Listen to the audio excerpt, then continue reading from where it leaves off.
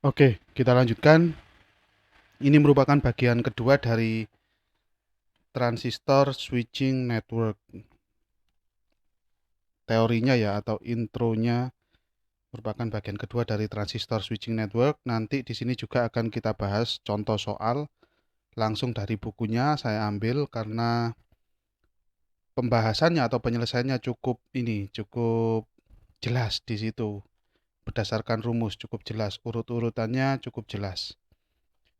Oke, langsung saja kita ke bagian kedua, nanti akan dilanjutkan dengan soal dan ada tambahan sedikit teori tentang switching, transistor switching. Kita ganti. Nah, in addition to its contribution to computer logic, the transistor can also be employed as a switch. Jadi,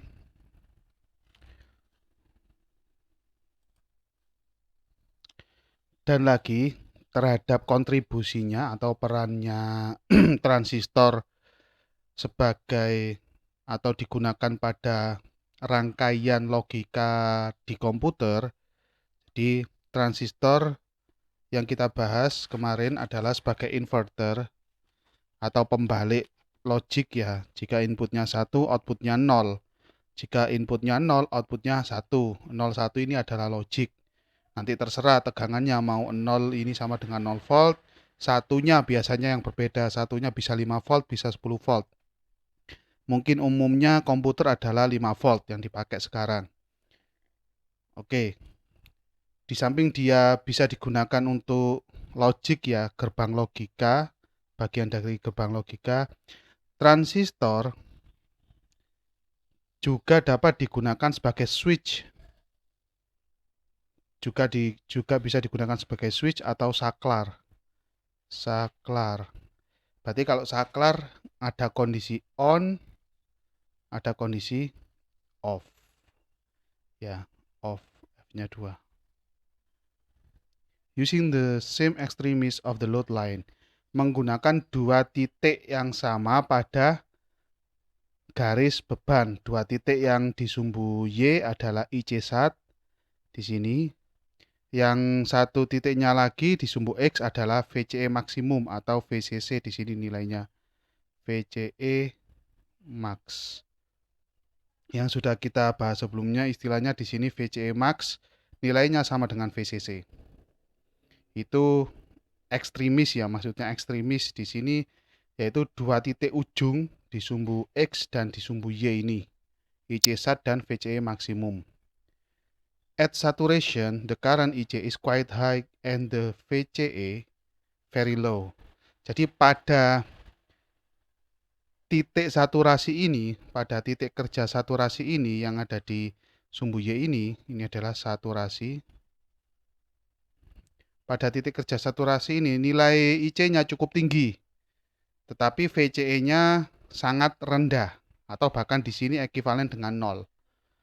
The result is a resistance level between the two terminal determined by, maka nilai resistansi pada dua kaki yaitu kolektor dan emitor ini bisa ditentukan dengan rumus VCE1 per IC1. VCE1 per IC1. Nah, R pada saat saturasi sama dengan VCE saturasi per IC saturasi. N is depicted in figure 4.88 using the typical average value of VCE1 such as 0.15 gives. Jadi kita gunakan nilai rata-rata ya antara 0,1 sampai 0,3, ambillah rata-rata 0,15. Antara 0 sampai 0,3 ambillah tengah-tengahnya ya 0,15 untuk nilai VCE satnya. Maka dengan seperti itu nilai R satnya, nilai R saturasinya yaitu VCE sat per IC sat sama dengan 0,15 volt untuk VCE satnya dan IC satnya di sini 6,1 mili ampere. Kita lihat rangkaian yang sebelumnya kan dia menggunakan ini ya. Jadi IC satnya diambil dari rangkaian ini.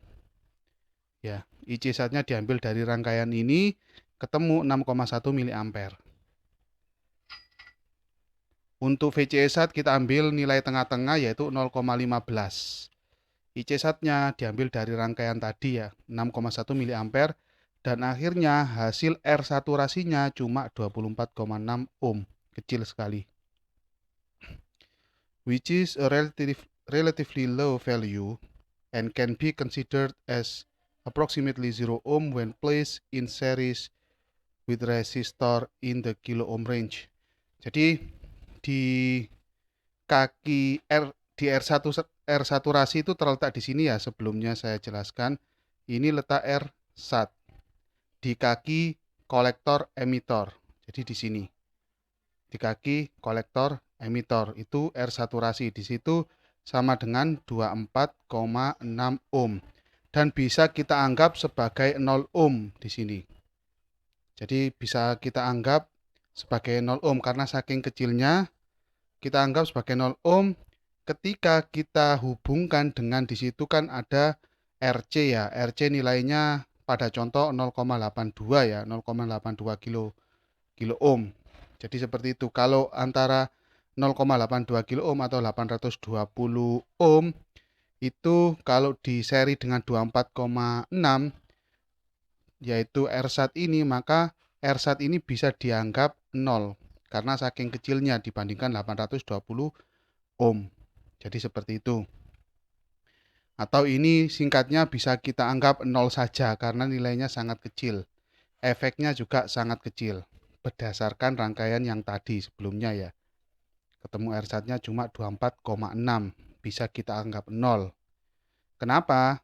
Yaitu karena dia pada saat masuk pada rangkaian, dia biasanya terhubung dengan R yang nilainya biasanya ordenya itu kilo ohm. Kebetulan di contoh kita 0,82 ya, hampir 1 kilo ohm. Nah itu jika kita bandingkan nilai R-SAT yang kita cari ini cuma 24,6, itu jaraknya sangat jauh, sehingga bisa kita anggap 0 untuk yang R-SAT. Efeknya sangat kecil. Atau di sini juga bisa seperti halnya yang ada di kanan ini, kita anggap dia nilainya ekuivalen dengan 0 karena sangat kecil. Efeknya juga sangat kecil. Seperti itu. Itu pada saat kondisi transistornya masuk pada daerah saturasi ya. Tentunya pada saat transistor ini masuk pada daerah saturasi, tentunya untuk arus inputnya atau tegangan inputnya itu di contoh rangkaian sebelumnya itu bernilai 5 volt. Jadi ada tegangan 5 volt di sini. Ya, ada tegangan 5 volt, terus ada RB ya, kalau boleh kita tulis di sini ada RB. Nah, maka kondisi transistornya on atau saklarnya on. Dengan kondisi saklar on, nilai R saturasinya, R yang berada di kaki kolektor emitor ini, dia sama dengan 24,6 ohm. Karena saking kecilnya maka dia ekuivalen dengan 0. Nah, yang kedua, pada saat tegangan inputnya 0, di sini anggap saja di sini 0 volt. 0 volt. As shown in figure 4.89 seperti ditunjukkan pada gambar 4.89, the cut-off condition results in a resistance level of the following magnitude. Jadi kondisi ini pada saat inputnya 0 volt, maka transistor tersebut masuk pada daerah cut-off. Kalau daerah cut-off dia berarti ada di bawah ini ya. Berarti pada daerah daerah yang bawah ini nempel di sumbu X. Ini daerah cut-off. Jadi seperti itu. Maka bisa kita cari nilai R cut-off-nya,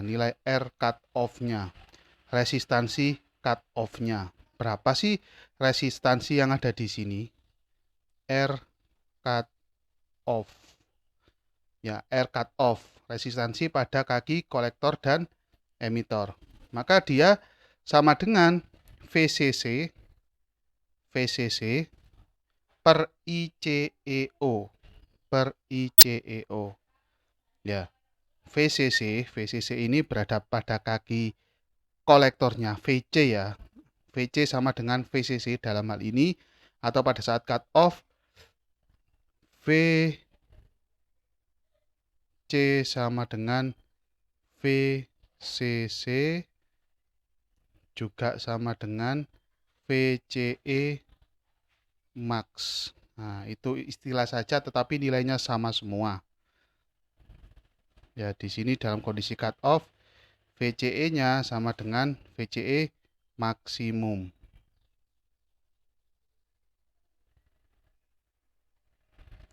Di sini. Ini nilainya ya VCC ya. Pada titik ini VCC-nya kita pakai VCC per, karena tegangan inputnya di sini 0 volt, maka bisa kita tulis IB-nya, arus basisnya sama dengan 0 mikroampere. Dari mana 0 mikroampere ini? Dari sini grafik ini ya. Nah, ini 0 mikroampere. Nah, pada saat IB-nya 0 mikroampere, maka otomatis di arus kolektornya nggak ada. Atau arus kolektornya pada saat ini saya tulis saja IC-nya dia sama dengan 0 miliampere, 0.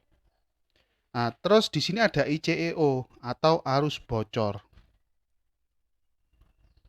Nah, arus bocor ini sebenarnya ada nilainya, tapi di sini kita asumsikan 0. Arus bocornya 0 miliampere. Maka hasilnya 5 bagi 0, hasilnya tak hingga. Jadi apa itu namanya? Resistansi cut off-nya sama dengan tak hingga, sangat besar. Tak hingga. Berarti kalau kita buat ekivalen di sini, dia seperti saklar yang terbuka atau dalam kondisi off. Pada saat inputnya 0 volt, maka transistor tersebut off.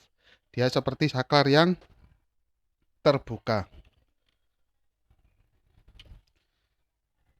Nah, ini resulting in the open circuit equivalent. Jadi dia seperti saklar yang terbuka atau rangkaian terbuka. For the typical value of ICEO 10 mikroampere, the magnitude of the cut-off resistance. Jadi ini kita buat nilai ICEO-nya sebesar 10 mikroampere. Jadi biasanya di transistor itu nilai arus bocornya 10 mikroampere. Maka kalau kita masukkan ICEO-nya sebesar 10 mikroampere, hasil R cut off-nya sama dengan 500 kilo ohm, besar sekali 500 kilo ohm. Jadi 500 kilo ohm ini sangat besar sekali. Setengah mega. Which certainly approach an open circuit equivalent for many situation. Jadi nilai ini mendekati atau dia ekivalen dengan rangkaian open. Nilai resistansi cut off-nya sebesar 500 kilo ini dia mendekati ini open circuit ekivalennya ya, karena sangat besar.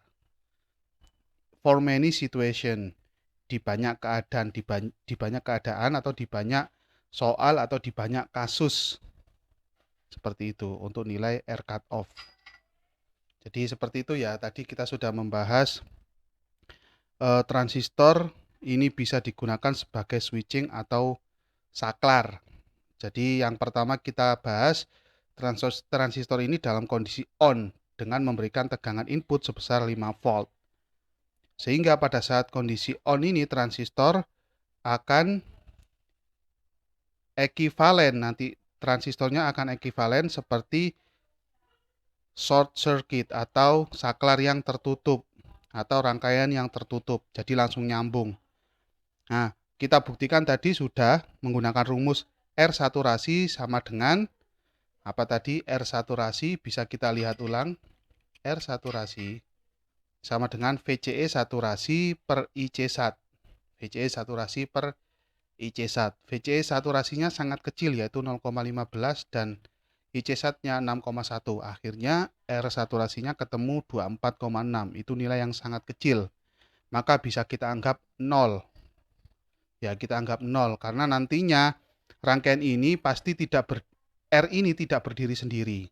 Pastinya dalam contoh yang sebelumnya, pada slide sebelumnya, R SAT ini yang terdapat pada kaki kolektor emitor itu diseri dengan RC salah satunya, dan nilainya itu ordenya kilo. Sehingga nilai R SAT ini bisa kita abaikan atau kita anggap nol, seperti yang gambar di atas ini. Terus yang kedua, itu pada saat inputnya kita kasih 0 volt, tegangan 0, maka transistor ini masuk pada daerah cut off atau daerah mati. Nah, kita hitung selanjutnya resistansi cut off-nya berapa dengan kita menggunakan arus bocor sebesar 0 mA dan tegangannya sudah pasti 5 volt ya. Tegangan VCC karena ada paling bawah ini di grafik load line ini, yang paling bawah sebelah kanan dia VCC-nya 5 volt. Maka R cut off-nya sama dengan tak hingga. Tetapi di sini juga dicoba dengan nilai arus bocor yang umum pada transistor, yaitu sebesar 10 mikroampere. Maka ketemunya resistansi cut off-nya 500 kilo. Dan 500 kilo ini nilai yang sangat besar, dan di banyak soal atau di banyak situasi, di banyak aplikasi, nilai R cut off sebesar 500 kilo ini bisa kita ekivalenkan dengan open circuit seperti ini atau seperti ini. Nah, ini transistornya dalam keadaan cut off ya. Oke, selanjutnya kita akan membahas contoh soal ya. Sebenarnya contoh soal ini sudah jelas ya, dari segi pembahasan jelas. Rumusnya sebagaimana yang kita bahas pada video sebelumnya di part 1 ya. Sudah ada semua rumusnya, kita tinggal masukkan gitu aja. Oke, coba kita bahas. Saya langsung ambil jawabannya dari buku. Oke, di contoh 4.32, tentukan nilai RB dan RC untuk transistor inverter. Ini ya, transistor inverter atau pembalik logik ya. Pada gambar 4.90 dengan IC SAT. Nah, ini IC SAT-nya 10 mA. Jadi parameter yang diketahui di sini adalah IC SAT, terus penguatan arusnya ya HFE-nya, terus di sini tegangan inputnya 0 volt dan 10 volt, 0 untuk logic 0 dan 10 volt untuk logic 1 ya. VCC-nya 10 volt. Nah, kondisi high atau kondisi logic satunya di VC 10 volt ya. Jadi tegangannya sumbernya yaitu 10 volt. Oke. Tentukan nilai RB dan RC. Ini jawabannya. Jadi dari informasi IC SAT ini bisa kita gali. Nah, sudah dibahas pada video pertama, part pertama, yaitu IC SAT memiliki rumus IC SAT sama dengan VCC per RC. Nilai IC SAT-nya sudah ada, nilai VCC-nya sudah ada, tinggal mencari RC saja. Dari sini bisa kita tentukan nilai RC. IC SAT-nya 10 mA dan VCC-nya 10 volt. RC-nya tinggal dicari saja, pindah ruas di sini, tukar ruas ya. Tukar ruas. Nah, RC sama dengan 10 volt per 10 mA. Nilai RC-nya 1 kilo. Nilai 1 kilo ini sangat umum di pasaran. Oke. Selanjutnya tinggal RB-nya. RB-nya berapa sih dari rangkaian inverter ini agar dia bisa masuk pada daerah saturasi seperti itu. RB ini menentukan arusnya, menentukan arus IB ya, menentukan arus IB apakah dia bisa masuk daerah saturasi atau tidak, nanti seperti itu. Oke, tapi sebelum kita menentukan nilai RB, kita ada baiknya kita menentukan nilai IB maksimum, yaitu nilai peralihan, nilai arus basis peralihan antara daerah aktif dan daerah saturasi. Jadi di ujung daerah aktif paling kiri atas sebelum dia masuk daerah saturasi itu ada arus maksimum. Nah, saya sebut di sini dengan istilah saya sendiri yaitu arus peralihan. Peralihan dari daerah aktif ke daerah saturasi. Jadi arus IB-nya harus lebih besar dari IB maksimum ini. Di sini ditulis IB saja, tetapi di part 1 dia ditulis IB maksimum. Jadi arus peralihan lah, arus basis maksimum. Nah, IB max sama dengan atau ekuivalen IC1 per beta DC. IC1-nya sudah ada 10 mA, beta DC-nya sudah ada di soal yaitu HFE ini kita pakai. Maka IB maksimumnya 40 mikroampere. Nah, ini arus IB peralihan. Istilah saya sendiri peralihan, arus IB peralihan atau transisi. Dari apa? Dari daerah aktif ke saturasi. IB kita ini, IB pada rangkaian kita ini harus lebih besar dari IB max. Jadi saya tulis di sini IB kita harus lebih besar dari IB max, harus. Oke, kita asumsikan IB kita ini yang mau kita cari, kita buatlah. Ini adalah salah satu engineering judgment ya, atau pertimbangan engineering ya, pertimbangan teknis.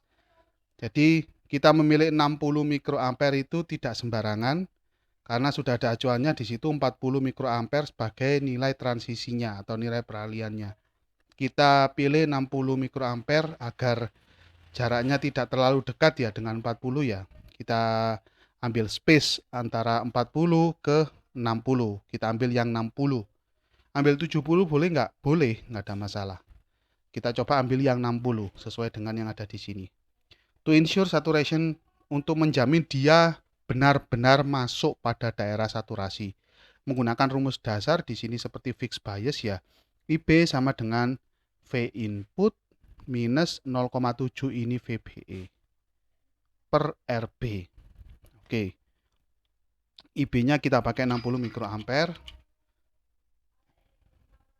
Ini tukar posisi ya, tukar posisi IB dengan RB. Kita masukkan nilainya, V input 10 volt dikurangi 0,7, VBE-nya per 60 mikroampere. Hasilnya 155 kilo ohm. Oke, 155 kilo ohm ini kurang umum atau tidak umum di pasaran. Yang banyak adalah 150 kilo ohm, seperti halnya di sini. Oke, nah, berhubung kita menggunakan 150 kilo ohm, nah ini kita uji lagi, kita coba, kita uji. Berapa sih arus IB pada saat RB-nya kita ganti 150 kilo ohm? Nah, kita tinggal masukkan dengan rumus standar tadi, sama dengan rumus di atas ini. VI minus 0,7 per RB, di sini 10 minus 0,7 per 150 kilo ohm sama dengan 62, malah lebih besar sedikit ya, menjadi 62 mikroampere. Nah, bahwasannya di sini sudah terbukti IB sama dengan 60 mikroampere, pasti dia lebih besar dari 40 mikroampere. Jadi dengan nilai RB 150 kilo ohm dan RC 1 kilo ohm ini, rangkaian transistor ini sudah bisa bekerja sebagai inverter. Jadi titik kerjanya ada dua, pada saat on dia berada pada daerah saturasi, pada saat dia off dia berada pada daerah cut off, itu aja. Jadi seperti itu ya, ujung-ujung ya, ujung-ujung, two extremis ya, dua titik yang ada di ujung, yaitu IC1 di situ dan VCE yang bawah itu VCE maksimumnya. Oke, ini caranya standar saja ya, urut-urutannya, tinggal Anda bagaimana menganalisanya, dan tadi ada sedikit engineering judgment-nya atau pertimbangan teknisnya. Tentunya tidak ngawur, kita ambil 60 mikroampere tadi untuk IB-nya, agar ada space antara IB maksimum sebesar 40 mikro ke 60. Jangan terlalu mepet, 45 jangan. Jadi ada space-nya. Bolehkah saya mengambil 70 atau 80? Boleh, nggak ada masalah. Oke. Oke, ini selanjutnya.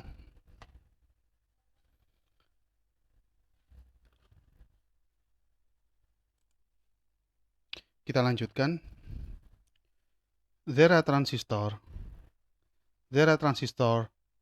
that are referred to as switching transistor due to the speed with which they can switch from one voltage level to the other. Jadi ada transistor yang digunakan memang khusus ya, memang khusus, yaitu switching transistor. Contohnya yang ada di buku ini adalah transistor SMD, dia BSV52L. BSV52L. Ini adalah contoh transistor yang didesain khusus untuk switching memang. Dia performanya bagus untuk switching. Dikarenakan apa? Dikarenakan dia memiliki kecepatan yang tinggi ya, kecepatan switch atau pensaklaran yang tinggi dari satu tegangan, umpamanya dari tegangan 0 ke tegangan 5 volt, umpamanya tegangannya 5 volt ya. Atau dari tegangan 5 volt ke tegangan 0. Jadi seperti itu, dari off ke on, dari on ke off. Jadi seperti itu. Dia memiliki kecepatan yang tinggi. Nah, memang transistor-transistor tipe BSV52L ini digunakan khusus untuk transistor switching atau transistor pensaklaran karena kecepatannya dalam merespon tegangan input dari on ke off atau dari off ke on atau sebaliknya ya. Jadi seperti itu. In figure 3.23e, the period of time defined as TS, TD, TR, TF are provided versus collector current. Jadi pada transistor switching itu dia memiliki karakteristik seperti yang ada di gambar sebelah kanan atas itu. 3.23e ini diambil dari bab sebelumnya. Jadi seperti itu ya. Dari bab sebelumnya di situ ada variabel waktu ya. Waktu yang namanya TS, time storage atau storage time. Terus ada TD, yaitu delay time. Ada TF, yaitu nanti disebutkan juga falling time. Dan selanjutnya ada TR. Bukan transistor ya. TR adalah rise time. Jadi ini. Nah, untuk grafiknya ini yang sumbu Y-nya adalah waktu dalam satuan nanosekon ini ya, kecil sekali nanosekon. Satuannya nanosekon. Jadi di sini yang sumbu X-nya adalah arus kolektor atau IC. Nah, ini digambarkan mulai 1 mA sampai di sini 200 mA. Jadi ini log ya, bukan linear ya. Kalau linear nggak mungkin, masa dari 1, 2, 3, 5 langsung 10, 20, 30, 50, 100 langsung 2 kali lipatnya 200. Ini skala log. Jadi seperti itu. Nah, yang sumbu Y waktu dalam satuan nanosekon, yang sumbu X adalah arus kolektornya. Jadi pengaruhnya seperti apa? Contohnya untuk TS ini ya, pengaruh terhadap arus kolektor semakin tinggi dia stabil sampai di titik tertentu di sini 50 mA dia akan turun. Nah, begitu juga di sini ada TD. TD nilainya dari waktu yang tinggi pada arus yang rendah ya, sumbu X-nya rendah di sini nilai TD-nya dia tinggi. Pada saat arusnya naik, nilai TD-nya justru turun di sini, turun sampai titik tertentu di sini. Ya, nilainya turun. Nah, untuk yang TR sama TF ini mirip-mirip ya. Seperti bentuk kurva bell curve seperti itu ya.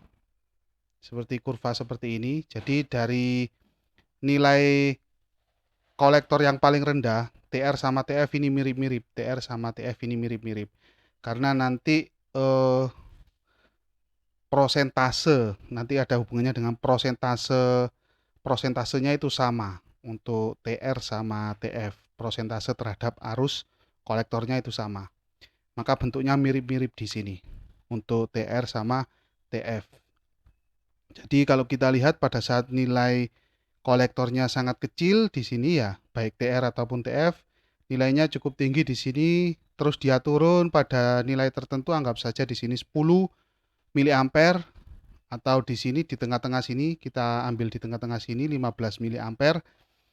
Nah, pada saat titik itu adalah titik terendah dari TR dan TF. Selanjutnya TR dan TF-nya akan naik kembali pada saat arusnya bertambah. Nah, seperti itu. Ini naik juga, yang atas ini naik juga. Jadi seperti itu ya. Itu karakteristik dari TS, TD, TR, dan TF. Seperti itu. Untuk TD ini nilainya cenderung turun terus. Untuk TR dan TF nilainya itu turun. Tetapi pada titik tertentu atau pada nilai IC tertentu, nilai TR dan TF ini naik. Jadi setelah titik tertentu ini, titik paling rendah ini, anggap saja 15 di sini ya, dia akan naik. Jika IC-nya bertambah, dia akan naik. Naik nilai waktunya dalam satuan nanosekon. Selanjutnya di situ their impact on the speed of response of the collector output is defined by the collector current response of figure 4.91. Jadi dampak atau pengaruh TR, TD, TS, dan TF terhadap kecepatan respon output kolektornya, respon output pada kaki kolektornya itu ditentukan oleh arus kolektornya atau respon arus kolektornya. Sebagaimana kita lihat pada gambar 4.91 ini ya. Kita lihat di sini secara kasaran aja di sini. Ini arus kolektor yang sumbu Y arus kolektor, yang sumbu X adalah T-nya, waktu, ya TS, TD, TR tadi ya. Nah, di sini ada waktu transistor pada saat on, dan sini ada waktu transistor pada saat off. Jadi nilai TD, TR, TS, dan TF ini ditentukan oleh nilai arus kolektornya. Kalau sekian persen berarti dia, terutama pada saat transisi ya, transisi dari off ke on, yaitu di sini dinamakan transisi on, atau dari transisi dari on ke off, atau di sini dinamakan transisi off. Ini saya tambahin transisi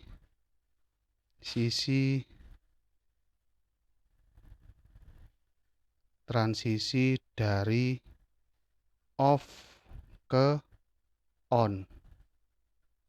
Nah, ini transisi dari on ke off. Seperti itu. Transistor on itu transisi dari off ke on. Nah, begitu juga transisi off, yaitu transistor off, yaitu transisi dari on ke off. Jadi seperti itu. Nah, arus kolektor ini akan menentukan TD, TR, TS, dan TF-nya. Nanti akan menentukan. Jadi pada saat arus kolektornya ini arus kolektor maksimum ya, atau anggap saja IC SAT-nya ya, IC SAT. Jadi pada saat TD-nya 0 sampai 10%, pada saat arus kolektornya 0 sampai 10% dari nilai maksimumnya, maka dia menentukan nilai TD-nya. Jadi yang paling berperan atau yang menentukan, sebagaimana disebut pada ini tadi, adalah kolektor current, arus kolektornya. Nah, selanjutnya pada saat arus kolektornya itu dari 10% ke 90% di sini, itu akan menentukan TR-nya. Begitu juga selanjutnya nanti akan kita bahas ada sendiri. Oke, kita lanjutkan saja. Itu tadi cuma contoh pengantar saja. The total time required for the transistor to switch from off to be on state is defined as T on. Jadi waktu keseluruhan yang dibutuhkan oleh transistor untuk berpindah dari kondisi off ke kondisi on, nah dia dinamakan waktu on atau T on di sini. T on dinamakan waktu on. Di mana T on ini adalah TR rise time ditambah TD delay time. Nah, penjelasannya di sini. With TD, dengan nilai TD yaitu delay time antara the changing state of the input and the beginning of a response at the output.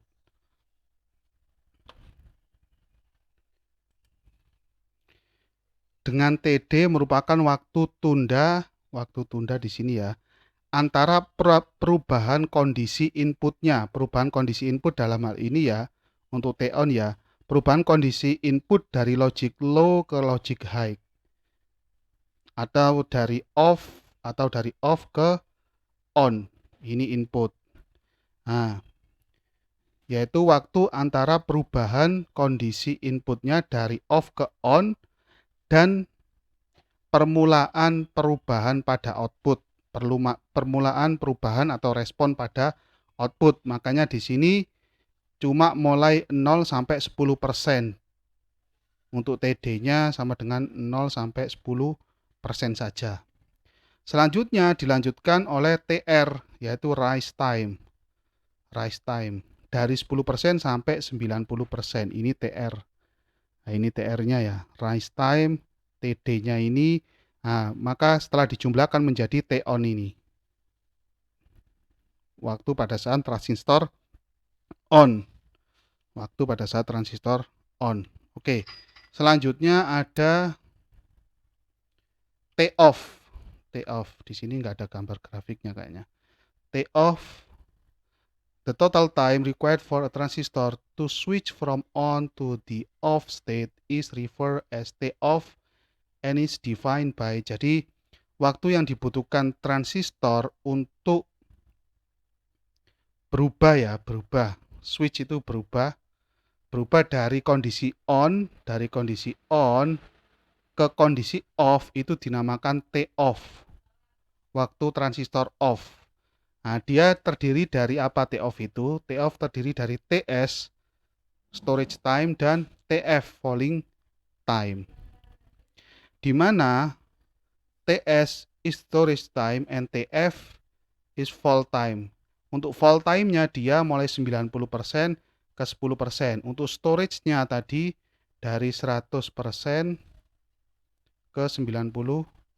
Jadi untuk off ini sinyalnya atau arus kolektornya turun ya.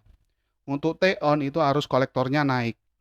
Jadi seperti di gambar sebelumnya biar jelas. Jadi untuk T on yang ada di sini itu arus kolektornya naik. Untuk T off di sini, ini T off saya bulatin. Arus kolektornya turun. Jadi seperti itu. Ya. Nah, ini contoh untuk general purpose transistor of figure 3.23E at IC 10 mA. IC 10 mA. Nah, ini contoh. Nah,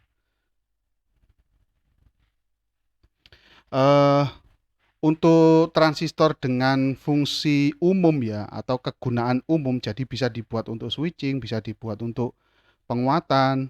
Jadi dia tidak spesifik untuk general purpose transistor ini. Salah satunya tipenya adalah untuk yang NPN itu ada transistor yang kecil-kecil ya.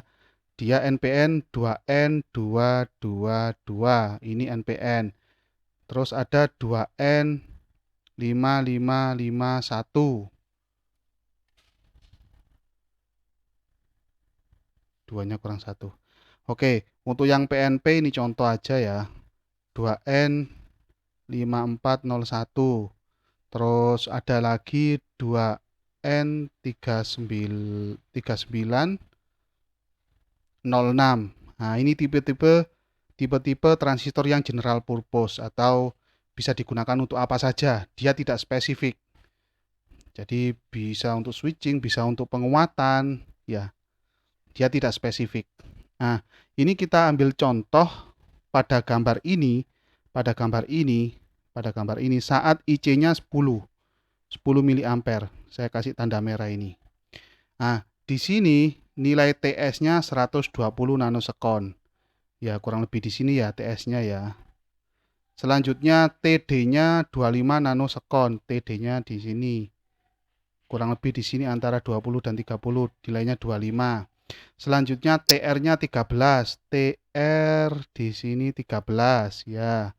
Selanjutnya TF-nya di sini 12. Oke. Jadi kita ambil sampel ya, kita ambil sampel dengan nilai IC 10 miliampere, maka ditemukan nilai T ini. Nah, ditemukan nilai T ini. TS, TD, TR, dan TF. Ya, nilai IC 10 miliampere itu adalah nilai IC maksimum. Anggap saja nilai IC saturasinya. Jadi seperti itu. Maka bisa kita hitung waktu untuk transistor on itu TR plus TD sama dengan 13 plus 25 hasilnya 38 nanosekon. Waktu yang dibutuhkan transistor tersebut untuk berubah dari kondisi off ke kondisi on itu membutuhkan waktu 38 nanosekon. Selanjutnya T off-nya di bawah ini, T off-nya sama dengan TS plus TF yaitu 120 nanosekon plus 12 nanosekon. Hasilnya 132 nanosekon. Yaitu di sini maksudnya adalah transistor tersebut membutuhkan waktu 132 nanosekon untuk berubah dari kondisi on ke kondisi off, sebaliknya ya. Nah, kita bandingkan, ini yang general purpose. Anggap saja kita ambil 2N5551 ini, umum di sini, di Indonesia umum. 2N5551 ini kita ambil, kita pakai. Nah, ternyata hasilnya seperti ini untuk T on dan T off-nya. Selanjutnya kita bandingkan comparing the value above with the following parameter of BSV52L. BSV52L ini transistor khusus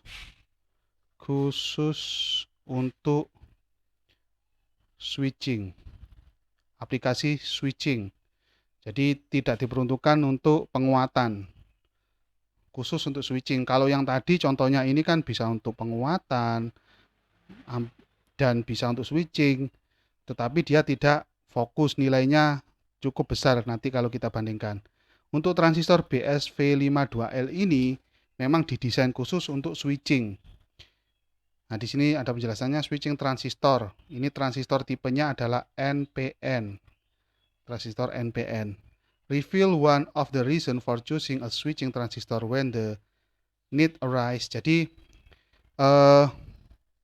kita punya alasan nanti pada saat kita membutuhkan transisi on off-nya itu cukup besar atau transisi switching-nya itu cukup tinggi ya, nilai transisinya, itu kita bisa memilih transistor BS ini, BSV52L ini. Karena apa? Bisa kita lihat dari datasheet-nya, T on-nya ini cuma 12 nanosekon dan T off-nya cuma 18 nanosekon. Coba kita bandingkan dengan ini, T on-nya 38 nanosekon dan T off-nya lebih parah lagi 132. Jadi sangat jauh, bedanya sangat jauh. Nah, alangkah baiknya pada saat Anda membutuhkan kecepatan yang tinggi, switching dengan kecepatan yang tinggi, maka ada baiknya Anda pilih transistor yang khusus didesain untuk switching, contohnya BSV52L. Anggap saja pada real application-nya atau aplikasi realnya pada saat frekuensi input Anda itu sangat tinggi atau tinggi ya, frekuensi input Anda sangat tinggi, jadi dia dari on ke off itu sangat tinggi, maka alangkah baiknya Anda memilih transistor yang memang didesain khusus untuk switching, salah satunya yang ini ya. Jadi seperti itu, agar nanti outputnya bisa merespon perubahan input. Perubahan inputnya sangat cepat, transisi dari on ke off-nya sangat cepat, atau sebaliknya transisi dari off ke on-nya juga sangat cepat. Kalau tidak diimbangi dengan karakteristik switching yang cepat, yaitu kalau tidak diimbangi dengan karakteristik yang cepat, maka outputnya tidak bisa mengimbangi perubahan input. Jadi responnya telat outputnya. Jadi seperti itu ya, responnya telat. Jika tidak, kita pilih transistor yang khusus untuk switching. Jangan pilih transistor yang ini, jangan. Tapi pilihlah transistor yang ini untuk high speed switching. Gitu. Memang penggunaannya khusus dan tidak begitu baik jika digunakan untuk penguatan transistor ini. Ya. Oke. Jadi seperti itu untuk transistor switching network. Selanjutnya kita akan masuk pada subbab baru, yaitu troubleshooting teknik. Teknik troubleshoot, teknik troubleshoot. Pada subbab yang ke-17. Nah, ini kita sudah sampai pada subbab yang ke-17. Oke, akan kita bahas troubleshooting teknik ini pada video selanjutnya. Terima kasih.